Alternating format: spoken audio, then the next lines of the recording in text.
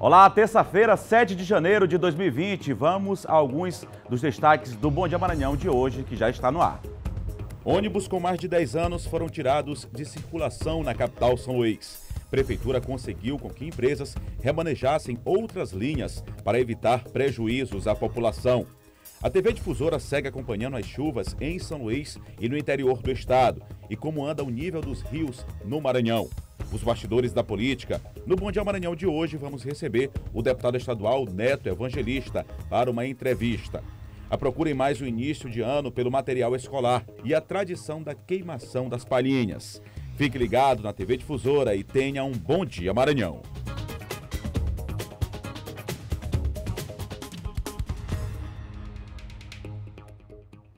Pois é, o programa só começando, Bom Dia Maranhão já no ar, agora 7 horas e 1 minuto, a gente segue até quase às 8 horas da manhã, como você já percebeu.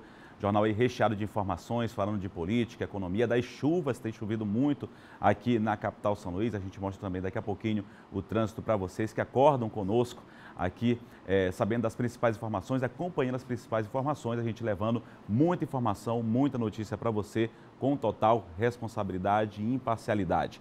As principais notícias aqui da capital São Luís e também do interior do estado, você já sabe, a partir das 7 horas da manhã, aqui na TV Difusora, no Bom Dia Maranhão. E a gente começa com a informação de que 25 ônibus foram apreendidos pela Secretaria Municipal de Trânsito e Transportes. Os veículos com mais de 10 anos foram retirados de circulação e outras duas empresas assumiram as linhas para evitar que a população enfrentasse problemas no transporte coletivo. Na região do Coatraque, o consórcio Via-SL continua operando com os ônibus que restaram.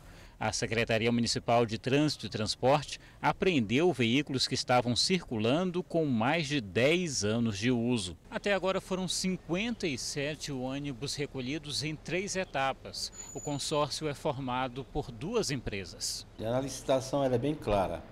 Todos os ônibus que completam 10 anos, automaticamente ele tem saído do sistema. Porque até mesmo aqui, através do nosso CCO, nós fazemos a apreensão e a retirada de imediato dele do sistema. Mas houve uma decisão judicial onde nós, no momento, não pudemos retirá-los todos, né? Retiramos 13 e ficou aí em torno de 54 para ser retirado, né? Logo na segunda etapa, nós retiramos mais 19 e agora mais 25, completando aí um total de 57 ônibus, de um total de 67, né? Ainda vai sair mais 10 agora, para que a gente possa cumprir o que a licitação exige, que é justamente a renovação da frota a partir do momento que completa 10 anos. O Sindicato dos Rodoviários diz que não foi comunicado oficialmente da medida e quer saber como vai ficar a situação dos trabalhadores. Nós não fomos até o momento oficializado da questão da retirada desses ônibus das linhas. Nós vamos estar notificando amanhã pela manhã a SMTT para que a gente possa sentar a SMTT e a empresa para que a gente tome conhecimento do que está acontecendo. A grande preocupação dos trabalhadores é que venha acontecer o que aconteceu com a Menina Jesus de Praga, que os trabalhadores ficaram desempregados sem suas rescisões contratuais. Então existe uma preocupação muito grande nesse sentido. Mas amanhã nós vamos estar notificando a SMTT e aí fazendo esse debate com eles para ver de que forma que vai resolver a situação desses trabalhadores. O Via-SL atua no chamado Lote 2. São 41 linhas nas regiões Coab, Coatraque, Turu, Vila Luizão, Vila Palmeira e também na zona rural. Entre os passageiros, opiniões divididas sobre os serviços prestados. Você soube que alguns foram recolhidos porque tinham mais de 10 anos? Não, não soube não. Mas para a senhora está tudo mais ou menos? Tudo mais ou menos, tudo ok, tudo do mesmo jeito. Obrigado. Não melhora e nem piora. Entendi. Continua a mesma coisa. Na sua avaliação, os ônibus estão em bom estado? Os que circulam por aqui? Não, precisa melhorar, né? Para ter mais conforto. Agora melhorou foi muito. Antes não era, como é que era? Antes não era porque era outra empresa. Aí a partir de hoje eu não tenho uma diferença. Em vários pontos da capital, como a gente pôde perceber na reportagem, né? Vila Palmeira, também Coatraque, zona rural aqui da capital São Luís. Claro, tem que verificar a situação dos rodoviários, o lado dos trabalhadores, mas também o lado da população, o usuário de transporte público. A população paga por um serviço, e isso eu digo não só na questão do transporte público, mas paga para ter um serviço de qualidade, um serviço de excelência, comodidade, segurança.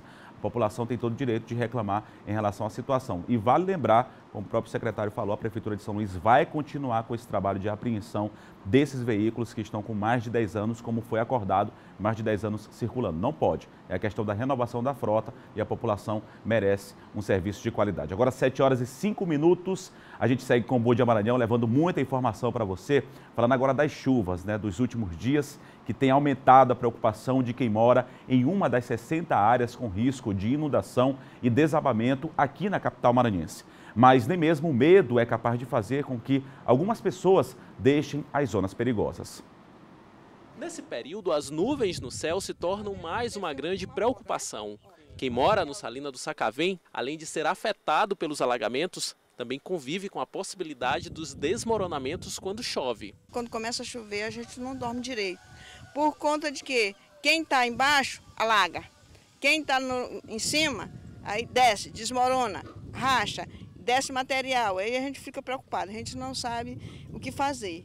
A gente está aí já lutando há muito tempo. A Defesa Civil tem mapeado 60 áreas em São Luís com alto risco de deslizamentos, desmoronamentos ou alagamentos. Como forma de tentar minimizar as consequências desses transtornos, a Defesa Civil tem instruído a população para saber como agir em caso de emergência e formando núcleos comunitários. Nós trabalhamos com o conceito de resiliência. Então a comunidade ela é independente e autônoma para desenvolver os trabalhos para poder se proteger, melhorar as condições de vida, cuidar melhor do meio ambiente, cuidar melhor da área de sua residência. Mesmo com todas as orientações repassadas por quem integra o Núcleo Comunitário de Defesa Civil, algumas pessoas acabam não dando importância para a gravidade do problema. Ali, por exemplo, algumas casas estão sendo construídas bem no pé dessa barreira. O risco de desmoronamento é grande e, como consequência disso, a destruição desses imóveis. Dona Aparecida, que mora na Salina do Sacavém há 35 anos e faz parte do núcleo comunitário, sabe bem das dificuldades em conscientizar a população sobre os riscos. Mesmo assim, a gente colocando para eles o risco que está correndo em construir uma residência nessa área, mesmo assim eles continuam construindo. Desde 2013, o município de São Luís não registra nenhum óbito resultante de sinistros provocados pelas chuvas. Só em 2019, a Defesa Civil contabilizou mais de 500 ocorrências atendidas durante o período chuvoso. Atualmente, mais de 360 pessoas estão sendo beneficiadas com o pagamento do aluguel social. Em ocorrendo o sinistro, você tem 2 níveis de avaliação. A primeira, em caso de áreas de risco ou acometimento de um sinistro, há o encaminhamento da equipe de Defesa Civil. A partir do laudo da Defesa Civil, é repassada à Secretaria de Assistência Social. Essa, por sua vez, fará uma análise que lhe é própria da questão da social e, então, resultará ou não na assistência da Bolsa, do auxílio moradia. Pois é, essa preocupação já começou, a gente já, inclusive, eu já pessoalmente visitei algumas áreas de risco, algumas pessoas que de fato são resistentes, ficam com medo de trocar de lugar, ficam preocupados mesmo com essa questão do aluguel social. Algumas alegam que, inclusive, o valor é baixo, o valor é muito aquém daquilo que seria necessário para suprir todas as necessidades. E com o nível do Rio Tocantins abaixo de zero, a Defesa Civil de Imperatriz tem realizado ações de monitoramento e limpeza de riachos da região. Veja na reportagem de Jaqueline Teixeira. O atual nível do Rio Tocantins é de 1,05 m abaixo de zero. Com a última chuva, o nível do rio subiu 30 centímetros, ficando em 60 centímetros abaixo do normal. Na última sexta-feira, por exemplo, o nível estava 90 centímetros abaixo de zero. No último fim de semana, choveu cerca de 70 milímetros, segundo a Defesa Civil, mais que o esperado até o dia 10 de janeiro, sendo que essa foi considerada a primeira chuva forte este ano. Realmente não esperávamos por esse milímetro de chuva, mas foi uma chuva moderada. Não tivemos índice de pessoas desabrigadas, né? Alguns riachos transbordaram, mas não chegaram, a água não chegou a adentrar, causando transtornos ou desabrigando famílias, né? E a previsão de chuva entre 6 a 12 de janeiro é que chova de 10 a 25 milímetros.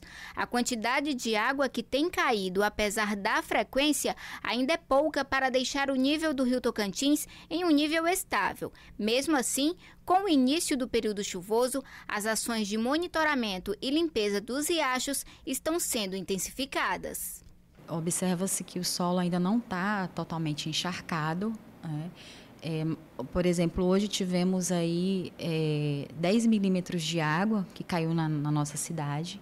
Uma previsão para os próximos 10 primeiros dias também, entre 10 a 25 milímetros de água. E os riachos da cidade continuam sendo monitorados, né? Continuam com a limpeza através da Secretaria de Infraestrutura. E a gente segue aqui o Bom Dia Maranhão falando das chuvas no estado. No período chuvoso também aumenta a preocupação com as árvores. Em Caxias, na região dos Cocais, o serviço de poda e inspeção já teve início. Desde a virada do ano para 2020 que o clima mudou em Caxias. Diariamente o céu está mais nublado, temperaturas mais amenas e com muita frequência de chuvas. As previsões para o início do período chuvoso é sempre de fortes pancadas, com riscos de vendaval e granizo. Com essa mudança no tempo, também deve-se tomar alguns cuidados em casa. Para quem tem árvores em frente da residência, agora é necessário realizar a poda. O secretário municipal de Meio Ambiente e Defesa Civil dá algumas orientações. É aconselhável que as podas sejam feitas antes do período chuvoso, exatamente para evitar transtornos.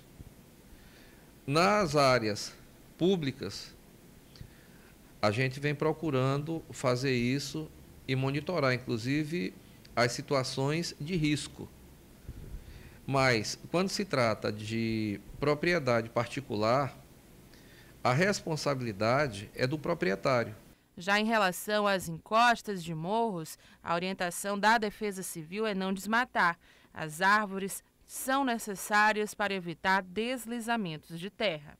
Você desmata uma encosta ou faz um corte, esse terreno que nós temos no Morro do Alecrim e nos outros morros de Caxias é um terreno muito frágil, é um terreno arenoargiloso. Quando seca, o vento é responsável pelo desgaste. E quando molha, ele desliza.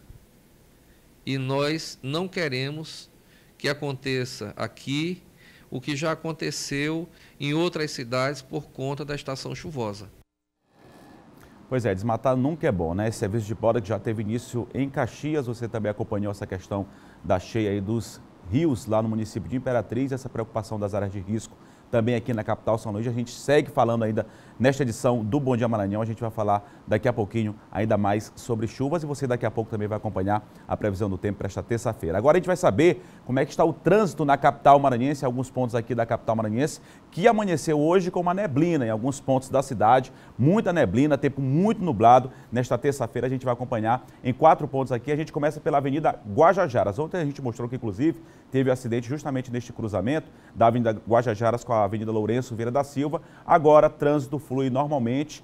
Neste segundo dia da semana, trânsito flui normalmente. Asfalto a gente percebe que ainda está um pouco molhado. As pessoas têm que dirigir com mais cuidado. Claro, no trânsito tem que ter cuidado a qualquer momento, em qualquer hora, mas com asfalto molhado tem que redobrar a atenção. Mas neste momento, trânsito bem tranquilo neste cruzamento da Avenida Lourenço Vieira da Silva com a Avenida Guajajaras. Ponto aí de muito fluxo de veículos, está nas primeiras horas da manhã, muita gente de recesso, a gente lembra por conta disso, abriu o sinal agora, a movimentação já cresceu, tantas pessoas que vão ali para a Avenida Lourenço Vieira da Silva, quanto as que pegam a conversão para a Avenida Guajajaras. Agora a câmera localizada no Roque Santeiro, a Avenida Jerônimo de Albuquerque, trânsito bem intenso já nas primeiras horas da manhã desta terça-feira.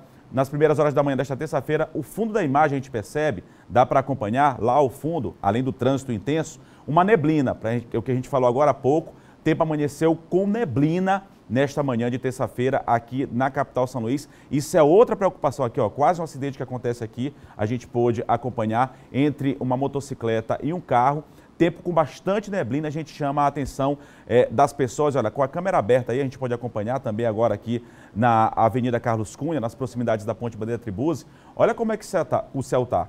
Muito nublado, com uma neblina. Teve muita gente que, inclusive, já entrou em contato com a nossa produção, falando da dificuldade de hoje, pediu, inclusive, que a gente citasse, comentasse aqui no jornal. A gente está comentando, já estivemos no trânsito hoje pela manhã e acompanhou essa neblina que amanheceu hoje aqui na capital maranhense. Trânsito já bem intenso neste ponto da cidade, na Ponte Bandeira Tribuzzi, as pessoas, principalmente em direção à região central da cidade, em direção ao bairro da Camboa, o trânsito bem mais intenso do que no sentido contrário. Área Itaquibacanga, neste momento também, fluxo intenso de veículos nos dois sentidos, logo nas primeiras horas da manhã desta terça-feira. A gente lembra que aqui na Avenida dos Portugueses, inclusive, aconteceu um acidente ontem. O motorista, o condutor, perdeu o controle da direção de um veículo, caiu na vala que fica localizada no meio-fio, na área Itaquibacanga. Felizmente, o casal, as duas pessoas que estavam no carro, não tiveram nenhum tipo de ferimento, felizmente apenas os danos materiais. Mas o trânsito já bem intenso também na Avenida dos Portugueses, que é um dos braços da BR-135.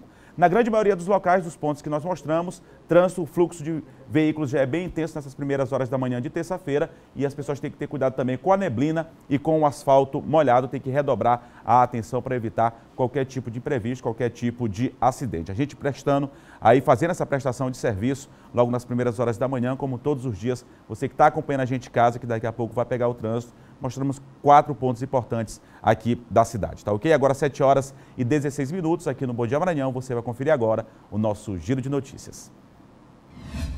2 pessoas saíram ilesas de um acidente registrado ontem à noite na Avenida dos Portugueses, na capital São Luís. O condutor, ao perder o controle da direção, caiu em uma vala localizada no meio da via, um dos braços da BR-135, na área Itaquibacanga. A chuva pode ter sido uma das causas do acidente, que será apurado.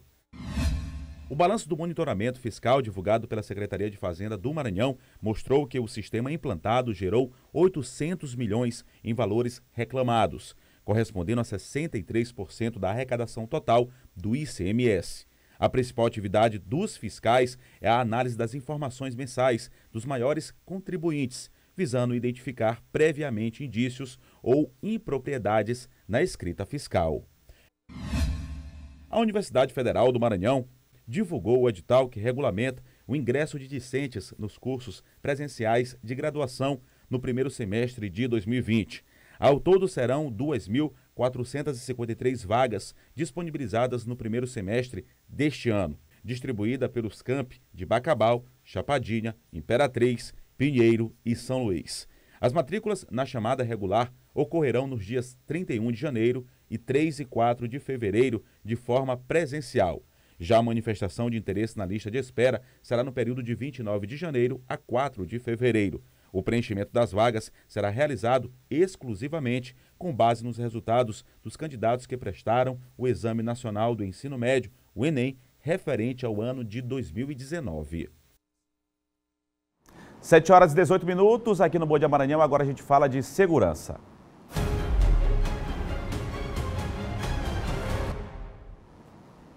Já aqui comigo, Silvan Alves. Muito bom dia, Silvan. Bom dia, Eduardo. Bom dia a você, bom dia a todos. Silvan, a gente mostrou um caso bárbaro que aconteceu no município de Vargem Grande, que foi aquela idosa que foi assassinada. E teve mais um caso aí de grande repercussão, uma barbaridade, que foram dois homens que foram degolados, dessa vez no município de Grajaú, né? A polícia, Eduardo, já confirmou a prisão dos 3 indivíduos, eles estão presos, foram presos numa operação feita à noite, já à madrugada desta terça-feira.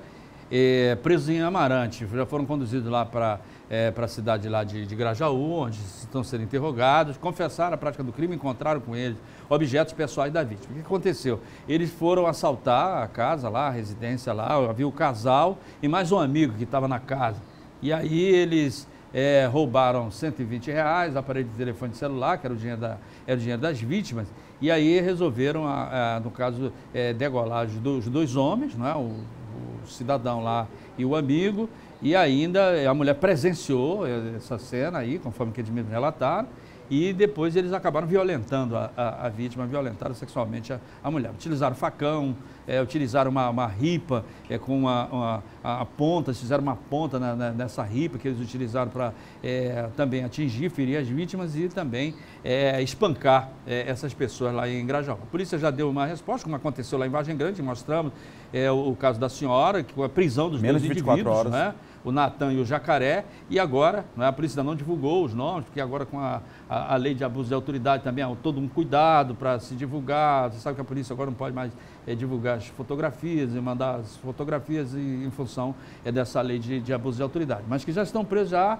os 3 indivíduos, confessaram a prática do crime, que foi um roubo, latrocínio, roubo seguido de morte, e além dos objetos que foram encontrados, objetos pessoais das vítimas com eles. Pois é, né, Silvânia? Vários crimes, a questão do estupro também, latrocínio. São enfim, vários crimes aí que eles acabaram praticando, né? Uma barbaridade. Silvânia, a gente teve um caso também de muita repercussão que aconteceu aqui em São Luís, que aparentemente foi no Carnaval, foi uma foliã que estava aparentemente também, isso vai ser investigado, com sinais de embriaguez, enfim, mas isso aí deve ser, claro, investigado, que acabou pulando ali em cima de uma viatura da Polícia Militar e os policiais vão ter que responder agora por omissão. Né? O comando determinou, porque é um patrimônio público, né?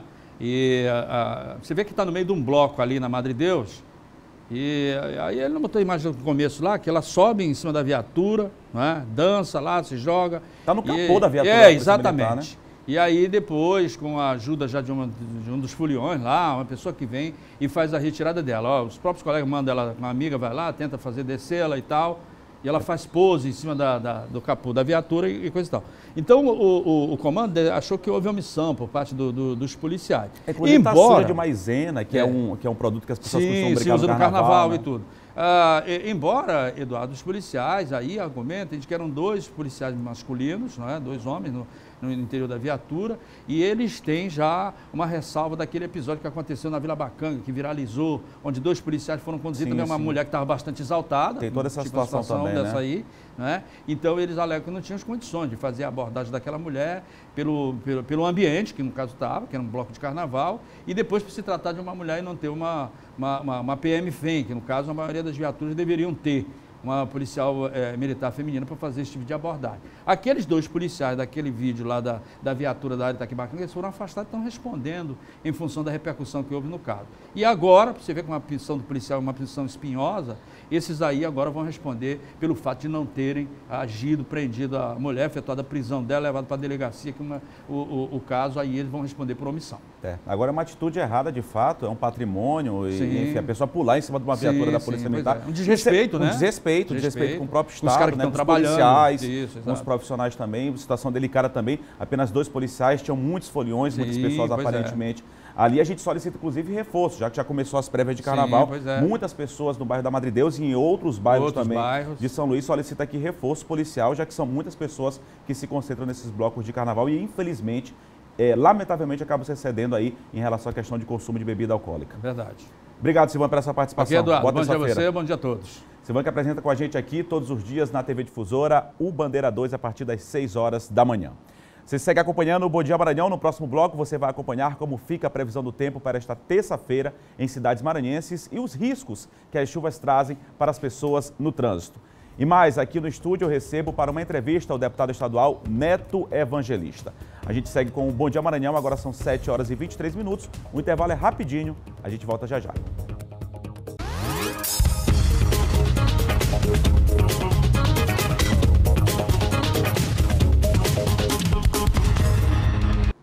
Já estamos de volta aqui com o Bom Dia Maranhão pela TV Difusora, agora 7 horas e 26 minutos. Você ficando bem informado todos os dias aqui pela TV Difusora, com Bandeira 2 às 6 da manhã e logo depois o Bom Dia Maranhão a partir das 7 horas da manhã. Você que está em casa com certeza deve querer saber como é que fica a previsão do tempo para esta terça-feira, hoje aqui na capital São Luís, em cidades do interior do estado. A gente começa pela capital maranhense, que já começou, como a gente pôde acompanhar inclusive nas imagens ao vivo, com muita neblina nesta terça-feira. A previsão para hoje é de sol e aumento de nuvens pela manhã e pancadas de chuva à tarde e à noite. Pode chover aqui na capital maranhense à tarde e à noite, mínima de 24, máxima de 31 graus. A gente segue para a segunda maior cidade do estado, Imperatriz. Previsão para hoje de sol com muitas nuvens durante o dia e períodos de nublado com chuva a qualquer hora. Termômetros oscilando em Imperatriz entre 23 e 29 graus. Vamos agora para a cidade de Caxias, que nesta terça-feira deve prevalecer aí o sol e aumento de nuvens pela manhã e pancadas de chuva à tarde e à noite. Assim aqui como na capital São Luís, em Caxias pode chover à tarde e à noite, mínima de 24, máxima de 31 graus. A gente vai para outras 3 cidades maranhenses acompanhando a previsão para esta terça-feira. Todo mundo que está em casa querendo saber como é que fica a previsão para hoje, né? Já que tem chovido em boa parte do estado. Vamos agora para o município de Balsas. Sol com muitas nuvens durante o dia e períodos de nublado, com chuva a qualquer hora também no município de Balsas. Termômetros oscilando entre 23 e 38 graus. A gente percebe que mesmo com a chuva, a possibilidade de chuva lá na cidade de Balsas, a máxima pode chegar a 38 graus, tempo bastante abafado lá na cidade de Balsas, também em boa parte do estado. Santa Inês agora, sol e aumento de nuvens pela manhã, pancadas de chuva também à tarde e à noite, pelo menos é o que diz a previsão, mínima de 23, máxima de 32 graus. Em Santa Inês, a gente encerra em Tutóia, região dos Lençóis Maranhenses, dia claro pela manhã, só que pode ter também pancadas de chuva à tarde e à noite lá no município de Tutóia, termômetros oscilando entre 25 e 33 graus. Está aí a previsão de chuva aí para boa parte do estado do Maranhão. Só uma correção no município de Balsas, 28, perdão, aqui tinha 38 graus, mas a produção está me corrigindo aqui, é 23 e 28 graus. Inclusive eu falei sobre tempo abafado, o tempo permanece abafado, mas a máxima não chega aí a 38 graus, a máxima lá no município de Balsas pode chegar a 28 graus, então só corrigindo, tá ok? Agora 7 horas e 29 minutos, a gente segue aqui com o Bom Dia Maranhão. Continuamos falando sobre chuvas, porque neste período também aumenta aí o número de acidentes. Uma das causas, segundo especialistas, é a água que fica empoçada na pista. Por isso, o cuidado precisa ser redobrado pelos condutores. Chuva, água empoçada, buraco na pista e pronto. Prato cheio para as ocorrências de acidentes que aumentam e muito nesse período. Muito buraco na pista. Muita gente também dirigindo muito mal ainda, não sinaliza. No trânsito, a chuva pode trazer graves consequências, algumas até irreversíveis, como o acidente registrado na MA 203. Uma colisão frontal resultou na morte de 2 pessoas em uma motocicleta nesta segunda-feira. No momento do acidente, a pista estava molhada. Entre as cidades de Arari e Vitória do Mearim foi registrado um capotamento com uma viatura da polícia. Em São Luís, um condutor perdeu o controle do veículo, o que acabou resultando na queda de 2 postes. Qualquer coisinha tem acidente, toda hora tem acidente. Aí tá difícil aí, tem que mandar resolver esse problema nosso aí, né? Tudo complicado. Para esse período, especialistas orientam cuidados redobrados. Faça a revisão dos pneus, freios, limpadores e faróis do veículo. Para ter melhor visibilidade, use o ar-condicionado e o desembaçador elétrico traseiro ou abra um pouco os vidros para deixar o ar circular no carro. Reduza a velocidade e mantenha a maior distância do veículo da frente. Se houver pouca visibilidade, pare e espere as condições do tempo melhorarem, caso possa fazer isso com segurança. Evite freadas ou mudanças bruscas, pois o acúmulo de água na pista pode provocar aquaplanagem. E uma das dicas mais importantes é: a chuva ela diminui a visibilidade, o vidro pode embaçar por conta da temperatura do carro. Então, o cuidado ele precisa ser redobrado, né? E hoje em dia as pessoas ainda têm, infelizmente, mania de mexer no celular dirigindo, o que atrapalha mais ainda, né? E tem que ter uma boa manutenção do carro. O carro tem que estar com os pneus, né, revisados, freio revisado, uma criança fora da cadeira, uma pessoa sem cinto, ou uma caminhonete que saia da pista, que pode capotar, ou que pode bater em outro carro, colidir com outro carro e causar um acidente mais grave. Pois é, a gente já mostrou aqui, já comentou, tem que ter muito cuidado, principalmente com o asfalto molhado, com a pista molhada, a atenção tem que ser redobrada e, claro, a manutenção dos veículos, sempre cuidado com os pneus, com os faróis, os limpadores, sempre é muito importante também. Agora 7 horas e 31 minutos e em Imperatriz a preocupação aí é com os animais silvestres e peçonhentos que se aproximam das casas na época de chuvas. Só no ano passado o Corpo de Bombeiros registrou 70 resgates. Quando a correnteza fica forte assim após uma chuva, as chances de aparecer um animal é alta. Cobras são os que surgem com maior incidência em Imperatriz. Além desses, jacarés também são comuns. A gente fica sempre em alerta, mas nunca aconteceu não. A não ser o jacaré, cobra, essas coisas eu nunca vi. Os animais migram para a zona urbana no período das chuvas. A mudança de estação faz com que esses bichos migrem, parando muitas vezes bem perto das casas. Um relatório divulgado pelo Corpo de Bombeiros indicou que a captura de animais está entre os principais atendimentos. De acordo com o 3º Batalhão de Bombeiros Militar, o mês de março é o que tem a maior incidência de animais capturados em riachos. Em 2018 foram 78 casos, já em 2019 foram 70. Quem mora perto de riacho já sabe como agir quando for surpreendido por alguma surpresa desse tipo. Sempre aparece um ou outro que tem a coragem de fazer a captura, mas depois o bombeiro foi lá, fez o resgate dela e soltou no habitat natural. Se for um animal peçonhento, é aconselhável que ele não toque, né? Que ele deixe o animal lá onde ele apareceu e chame o bombeiro, porque a gente tem pessoas capacitadas para fazer a captura e soltar ele no local adequado, ou seja, no seu habitat natural, para que ele não venha mais para a zona urbana. Além do perigo, matar, perseguir, caçar ou apanhar alguma espécie da fauna silvestre, nativo ou em rota de migração, sem permissão, licença ou autorização de autoridades competentes, é considerada uma infração, de acordo com o artigo 29 da Lei de Crimes Ambientais. E a contribuição para o custeio do serviço de iluminação pública foi inserida na Constituição em 2002. Os valores incluídos na conta de energia do cidadão são repassados ao poder público que faz a gestão do recurso. Mas nos últimos dias, muitas dúvidas têm sido levantadas em torno dessa contribuição que é garantida por lei. O deputado Neto Evangelista conversa conosco sobre o tema e também sobre outros temas. Ele é o nosso entrevistado aqui no Bom Dia Maranhão de hoje. Muito bom dia, deputado. Bom dia, Eduardo. Bom dia, John. John Kutrick participa com a gente hoje. John Kutrick comenta todos os dias aqui os bastidores da política, participa com a gente hoje da entrevista. Muito obrigado pela sua participação. John Kutrick com a entrevista aqui com o deputado Neto Evangelista. Deputado, tem muitas dúvidas que giram em torno dessa questão da cobrança da taxa da iluminação pública. Um colega de parlamento seu, inclusive, o deputado Duarte Júnior, chegou a afirmar que mais de 50 milhões são arrecadados por mês com a taxa de iluminação pública e desse valor os custos chegam a cerca de 3 milhões, logo a uma sobra considerável e que se poderia haver uma redução, aí até uma redução na questão da cobrança que é feita. O deputado Duarte Júnior, que inclusive é do PCdoB, que é o partido do vice-prefeito aqui da capital São Luís. Mas não são o que mostra aí o balanço que é feito na questão da cobrança da taxa de iluminação pública aos consumidores e do que é repassado também.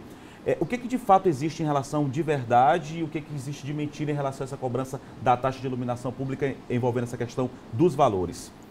Olha, Eduardo, primeiro, assim, é porque você está me falando que tem esse dado aí que foi divulgado, mas eu me recuso a acreditar que algum homem público ou algum pré-candidato tenha dado uma informação tão inverídica quanto esta no que a prefeitura arrecada quanto à contribuição de iluminação pública. Confesso que eu me recuso a acreditar porque isso é uma questão de ordem de grandeza, basta você fazer conta e dá para perceber que São Luís não arrecada mais de 50 milhões de reais por mês com contribuição de iluminação pública. No último ano de 2019, há uma média mensal de arrecadação de 6 milhões e 200 mil reais pela prefeitura na contribuição de iluminação pública. Esse dinheiro fica todo na prefeitura? Não, porque existe o pagamento da conta de luz dos postes que são ligados diariamente em São Luís. Isso é uma conta que varia, uma média mensal de 2019, em 3 milhões e meio de reais. Praticamente metade então, do que Praticamente metade do que é arrecadado. E mais uns 300 mil reais de taxa, de 5% de toda a arrecadação, que a prefeitura paga para a SEMAR, que é uma taxa de administração que a SEMAR faz desse serviço. Então, se você for fazer a dedução do que recebe por mês com o que já paga, vai sobrar algo em torno de 2 milhões e 400, 2 milhões e meio por mês. Isso é o que a prefeitura faz manutenção e faz também novos investimentos na área de energia dentro da cidade. Você precisa ver como é que está o contrato com a City Luz, que é responsável pela manutenção da conta de São Luís. Agora, dá para abaixar o valor da contribuição de iluminação pública? Dá. É possível? Mas primeiro você tem que conhecer os números. Não dá para falar no escuro. E não basta dizer, vou baixar. Tem que dizer como vai baixar. Uma das formas que a prefeitura pode fazer, John e Eduardo, é trocar nos bairros, nas grandes avenidas de ação, mas nos bairros de São Luís, aquela luz antiga, aquela luz amarela, por luzes de LED, né? Que aí já há uma redução no pagamento da conta de energia muito alto. E aí, a partir desse estudo dos números, a prefeitura ir montando de forma escalonada uma redução na contribuição de iluminação pública. Portanto, é importante que as pessoas saibam, não existe salvador da pátria, não existe super-herói, existe você fazer política com responsabilidade. Mas para fazer, você tem que primeiro conhecer os números. No mínimo, é o mínimo que um homem público precisa conhecer. João Coutrinho. Então, deputado, o senhor está afirmando que há um equívoco nesse debate em relação à questão da taxa de iluminação pública, até porque nós temos o portal da transparência. O cidadão pode acessar o portal da transparência e ver o quanto é arrecadado, o quanto é gasto. Temos também aí em pauta a questão da taxação, mas já o debate a nível nacional também, da energia solar, né? O presidente também, o presidente Jair Bolsonaro já disse que é contra, o presidente da Câmara e o presidente do Senado. O senhor também é contra a taxação da energia solar? Total, pelo contrário, o governo tinha que incentivar, na verdade, era investimento na área de energia fotovoltaica. Porque é energia limpa, que vai permitir com que a gente faça, inclusive, uma política ambiental de responsabilidade sustentável. A gente, inclusive, acompanhou recentemente a inauguração da Defensoria Pública na área Tecbacanga, que é a utilização de energia solar. Foi uma emenda inclusive, de nossa autoria, né? E foi o primeiro núcleo ecológico do Brasil da Defensoria Pública, né? Com placas de energia solar, ou seja, um ambiente totalmente sustentável. E o governo ele deve, sim, incentivar para que as pessoas possam fazer investimento dessa natureza. Em relação a essa questão ainda, falando sobre essa questão da pergunta do João Coutrinho, então é algo que tem que ser mais aproveitado, não é algo que tem que ser cobrado ainda mais, mais esse tributo, digamos assim, da população. Não, acho que a carga tributária brasileira já é muito alta, é necessário uma reforma tributária para você simplificar primeiro. Quem é empreendedor, quem é empresário no Brasil, sabe a confusão que é para você poder pagar os seus impostos. Então, primeiro deve haver uma simplificação. A partir dessa simplificação, o Brasil estudar, o governo federal estudar formas de dedução também, e em alguns casos até de isenção, para que possa haver um maior investimento por parte da classe empresarial do nosso estado para a geração de emprego aumentar, que eu acho que é algo que o país está precisando tudo bastante. dentro de planejamento, claro, né, esse deputado? Deputado, na pauta agora política, claro, né? Eu sou membro do Democratas, e o seu partido vem afirmando categoricamente que o senhor será o candidato a prefeito de São Luís pelo Democratas, pelo DEM. Aqui em São Luís é um debate em relação a, digamos assim, uma união em torno dos partidos. Nós temos aí da base do governador Flávio Dino o PCdoB, temos aí o PDT, né, PSB e outros partidos aí. E isso será definido, segundo o próprio senador Everton, o governador Flávio Dino, em março. Mas o senhor acredita, por exemplo, que pode ter aí o apoio do PDT e do PCdoB aí na sua chapa, prefeito de São Luís? Olha, John, em 2018, houve uma frente ampla que apoiou o governador Flávio Dino para as eleições de governo. Foram 16 partidos. E o governador sempre disse que esse é o partido dele, são esses 16 partidos. E nós fizemos parte, o Democratas fez parte, aliás, eu pessoalmente faço parte já há muito tempo deste grupo político, já milito há bastante tempo, e acredito que dentro do Democratas, como já fui escolhido como pré-candidato, acredito e espero muito que em março todos os pré-candidatos tenham a responsabilidade de sentar na mesa, discutir e encontrar o melhor caminho para São Luís, debater a cidade. Eu acho que falta isso aqui em São Luís. Eu comecei a debater a cidade ano passado e recebi até algumas críticas, dizendo que eu estava antecipando a eleição. E esse é um dos problemas da cidade, porque o que acontece? Você não debate a cidade, quando chega no período da eleição, você em 2 meses quer discutir São Luís, assume a prefeitura e não sabe o que fazer, não conhece os números, fala que tem 50 milhões de arrecadação de contribuição de iluminação pública por mês. Um absurdo. Então nós precisamos discutir a cidade para quando o prefeito chegar, sentar na cadeira de prefeito, ele possa ter um conhecimento mais adequado de toda a situação de São Luís. Inclusive, deputado, o senhor foi pauta nacional, teve seu nome citado, inclusive, na época como secretário de Desenvolvimento Social, no primeiro mandato do governador Flávio Dino, agora como deputado estadual, mas teve seu nome citado como sendo a principal escolha aí do Democratas aqui para a pré-candidatura da Prefeitura de São Luís. Agora, falando sobre essa questão dos 16 partidos, essa questão de grupo, na sua concepção, é importante realmente não só debater, anteceder esse debate, claro, antecipar esse debate já como forma de conhecer a estrutura, como é que a cidade se encontra, como é que a população se encontra, mas também debater essa situação com os partidos, com os grupos no qual o senhor, de repente, futuramente pode compor? Sim, política é importantíssimo. Engana-se quem pensa que gestão pública se faz apenas com gestão. Não faz, trava. É necessário a política também. Gestão pública não é gestão empresarial. Eu conheço gestão empresarial. Gestão empresarial, você toma as suas decisões que você quer fazer. Na gestão pública não, existem diversos interesses agregados ali. Interesses legítimos, de diversas categorias, por exemplo, de diversos partidos. Então você precisa saber fazer gestão e você precisa também saber fazer política. Você ter agremiações partidárias com você não quer dizer que você não vai ter o controle da prefeitura. O que eu me proponho é liderar, não ser liderado, é liderar um processo político em São Luís, composto por diversos partidos que queiram fazer essa frente conosco aqui na cidade. Agora, uma coisa é certa, quem vier somar, qualquer partido que vier somar com o Democratas, com o pré-candidato Neto Evangelista, vai vir ciente que, se eleito for, a gestão é do Neto Evangelista, a gestão é do Democratas, obviamente recebendo o apoio daqueles partidos e a participação deles também. Não dá para administrar São Luís como uma cidade do interior. Tem duas máximas que se utilizam muito em São Luís que para mim não são verdadeiras.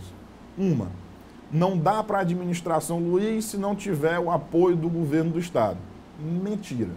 É importante o apoio do governo do estado? Importantíssimo. Mas São Luís é uma prefeitura totalmente viável. São Luís arrecada bem. Um exemplo que eu vou dar para vocês, eu tive uma semana agora estudando a gestão do prefeito ACM Neto em Salvador, que é o presidente nacional do meu partido. A cidade está tomada de obras. Quem conhece sabe do que eu estou falando. Tomada de obras. Não é modo de falar. Lá tem uma obra para inaugurar por dia. E olha o dado que eu vou dar para vocês. São Luís, em termos proporcionais, o orçamento per capita de São Luís é maior R$300 do que o de Salvador. E isso que Salvador está fazendo é com recurso próprio, é com uma capacidade de pagamento A, e aí consegue tirar vários empréstimos com juros baixíssimos. Então é possível também você fazer a gestão de São Luís com recurso da cidade. Então essa é a primeira máxima que eu acho que ela não é verdadeira. A segunda máxima também que eu acho que não é verdadeira é dizer o seguinte: eu não quero aliados políticos porque eu vou governar sozinho, porque eu tenho o povo. O povo é muito importante, é essencial lá no período de eleição e para tomar as decisões também das políticas públicas a serem montadas. Mas se o prefeito tiver boa intenção, for um bom gestor, mas não tiver a política agregada, todas aquelas ações que o povo escolheu para ser feito, ele não vai conseguir fazer. Você precisa ter a política. Exatamente nisso, deputado. Ontem, por sinal, o deputado federal Eduardo Braz concedeu uma entrevista aqui a uma rádio da capital e ele foi perguntado sobre a questão das alianças políticas, né, sobre os apoios políticos, porque na eleição passada houve essa grande questão que foi um fator decisivo para ele perder as eleições, porque ele não conseguiu agregar o apoio político. Ele foi perguntado mais uma vez em relação ao apoio do Josimar, de Maranhãozinho. Você vai ter o apoio dos políticos, você vai conversar com a classe política? E ele respondeu: mais importante do que ter o apoio político é ter o apoio do povo. Como é que você vê essa declaração? Não tenha dúvida, apoio do povo, em primeiro lugar. Você ganha a eleição, toma as decisões das políticas públicas ouvindo a população. Mas volto a dizer, você tem boa intenção, você quer fazer os programas que a população escolheu, mas na hora de executar, como é que você vai aprovar na Câmara um programa de governo se você não tem a maioria? Você precisa ter a maioria. O governo precisa ser técnico, o governo precisa ser político. Repito, engana-se quem pensa que é possível fazer uma gestão, sobretudo numa capital, na 15ª maior cidade do país, sem ter apoio político. Agora, repito, e quero que as pessoas entendam bem o que eu estou falando aqui. É importante ter o apoio político, mas desde que aquele que esteja sentado na cadeira de prefeito lidere o processo, não seja liderado. Isso, para mim, é fundamental. O prefeito ser o protagonista do procedimento. Vou dar um exemplo para vocês, rapidamente. Nós temos um problema que todo mundo fala de vários pacientes do interior do Maranhão, em São Luís, nos socorrões, mais de 50% dos pacientes são do interior. Uma vez um ex-secretário, foi o Dr. Gutenberg, disse numa entrevista assim: aqui não é hotel que se a pessoa chega eu digo que não posso receber e não recebo. De fato é. Mas é preciso, nesse caso, o próprio prefeito entrar e liderar esse processo. Olha só, nós temos 1.100.000 habitantes, em média, em São Luís. Nós temos mais de 1.600.000 cartões do SUS registrados em São Luís. Como pode ter mais cartões do SUS registrados em São Luís do que a população? E aí, o que vai se fazer? É o prefeito da capital do estado chamar os prefeitos da região metropolitana, sobretudo onde tem mais pacientes em São Luís, chamar o governador do estado, sentar na mesa, dar o que é de César, dar o trabalho para cada um e fazer o seu trabalho, liderar o processo. Não dá para ficar só no discurso. O Socorrão não atende muito bem porque tem muita gente vindo do interior. Tá, isso aí todo mundo já sabe. E o prefeito vai fazer o quê? Então, precisa liderar o processo, seja na gestão, seja na política. Ok, a gente agradece a sua participação aqui, deputado Neto Evangelista. O número dos cartões de 1.600.000 para 1.100.000 procede, né? É com base fundamentada. É com base, é com base. Tá bom. Obrigado, deputado estadual Neto Evangelista, pela sua participação. John Coutrinho, obrigado também pela sua participação. O John Coutrinho que volta conosco amanhã para falar sobre os bastidores da política. De segunda a sexta-feira, claro, tem a participação de John Coutrinho comentando política aqui no Bom Dia Maranhão. E no próximo bloco, a procura dos pais pelo material escolar para a garotada neste início de ano. E mais, a tradicional queimação das palhinhas no dia 6 de janeiro. O Bom Dia Maranhão volta já já, agora são 7 horas e 48 minutos.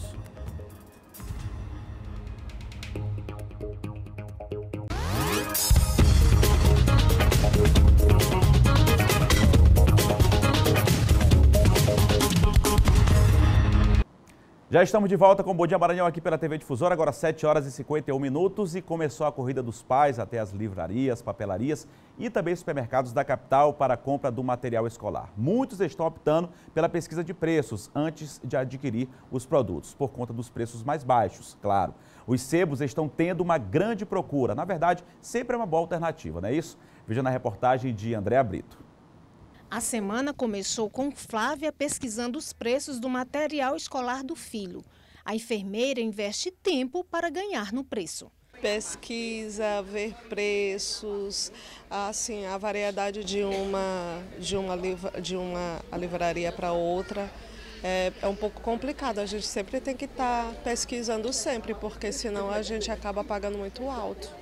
Elissa tem a companhia da filha na maratona. Na negociação entre o que a adolescente quer e o que a mãe pode pagar, vale a qualidade do material. No caso dela, como os filhos vão ficando maiores, a gente acaba trazendo, né? Porque aí tem as preferências, os gostos. Mas todo ano é esse dilema, né? Dos materiais escolares, do que a gente tem que comprar, pesquisar preço, comprar algo bom, mas que seja acessível, né? Para poder durar o ano todo, para que a gente não tenha mais despesa. Mas é sempre esse dilema, todo ano. Poliana e Hernani são estreantes nesse longo caminho de compras de material escolar, mas já sabem a lição. Por conta da limitação, então a gente preferiu mesmo escolher um lugar de confiança e fazer aí as compras. Além de pesquisar os melhores preços, muitos pais estão recorrendo à compra de livros usados para economizar com a lista de material escolar dos filhos. É um comércio que a cada ano cresce muito devido à editora, que lá os preços são altíssimos e aqui a gente comercializa pela metade dos valores, faz troca, entre outras coisas. Ok, aquela velha e boa pechincha sempre que ajuda, né? 7 horas e 53 minutos e os correntistas da Caixa Econômica Federal já podem retirar os valores das cotas do Programa de Integração Social, o PIS. Quem tem as informações a respeito deste assunto é Eduardo Bueno, que participa conosco. Muito bom dia, Bueno. Bom dia, Eduardo. Bom dia a você que nos acompanha. Pois é, Eduardo, os valores já estão disponíveis para quem é correntista da Caixa, o valor do Programa de Integração Social. Esses valores são referentes que foram depositados entre 1971 e 1988. Segundo o governo federal, esse valor está disponível para pelo menos 10.400.000 trabalhadores de todo o país. O valor médio dos saques, viu, Eduardo, é de R$ 1.760. Quem desejar consultar esse saldo tem que acessar o site na internet da Caixa Econômica Federal, né? E os valores também podem ser acompanhados pelo aplicativo Caixa Trabalhador. O cidadão que tiver acima de R$ 3.000 ou até R$ 3.000 pode efetuar o saque com o cartão do cidadão, com as senhas, nos terminais de autoatendimento e também nas lotéricas ou nos correspondentes Caixa Aqui. Quem tiver um valor acima disso precisa necessariamente ir até uma agência da Caixa levando os documentos de identificação.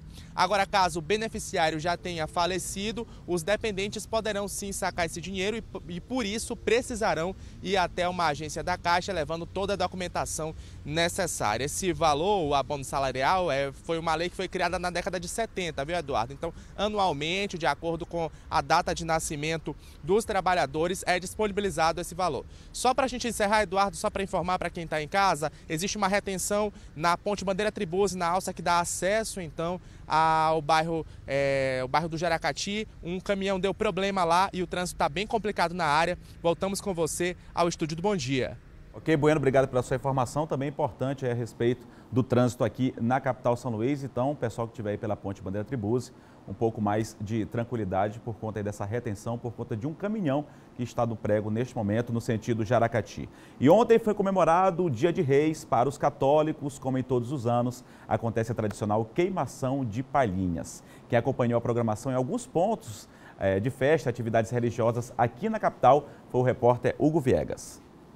O ritual começou com um cortejo pelas ruas do Centro Histórico de São Luís e marca o fim das celebrações do Natal. Com a chegada ao presépio, a imagem do Menino Jesus é retirada pelos padrinhos do ano anterior e entregue aos atuais. Foi uma experiência diferente, né? Porque eu, embora tenha morado aqui há algum tempo aqui no Maranhão, aqui em São Luís, participei umas 2 vezes, mas como espectadora só, não como participante, então foi pego meio de surpresa, tá? Mas foi uma experiência muito boa. Estou muito feliz, né, de hoje poder estar nessa comemoração aqui, que hoje é um dia muito importante e para mim é uma honra, estou muito satisfeito, muito feliz. Logo em seguida é chegado o momento das ladainhas.